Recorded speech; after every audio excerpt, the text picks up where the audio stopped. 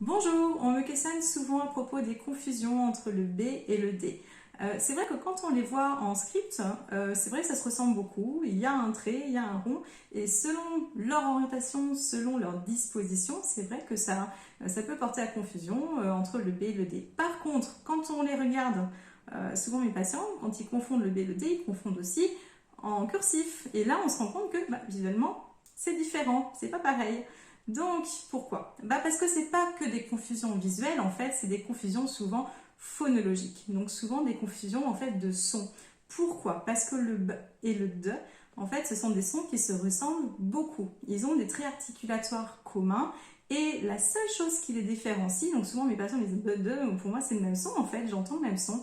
Et la seule chose qui les différencie, c'est quoi? C'est le point d'articulation. Donc, la façon dont on les articule. Le B, on ferme la bouche, B, et on ouvre la bouche. Le D, la langue monte derrière les dents. Souvent, mes patients, eux, ils sentent B. C'est la bouche qui s'ouvre, souvent, ils sentent l'ouverture de bouche.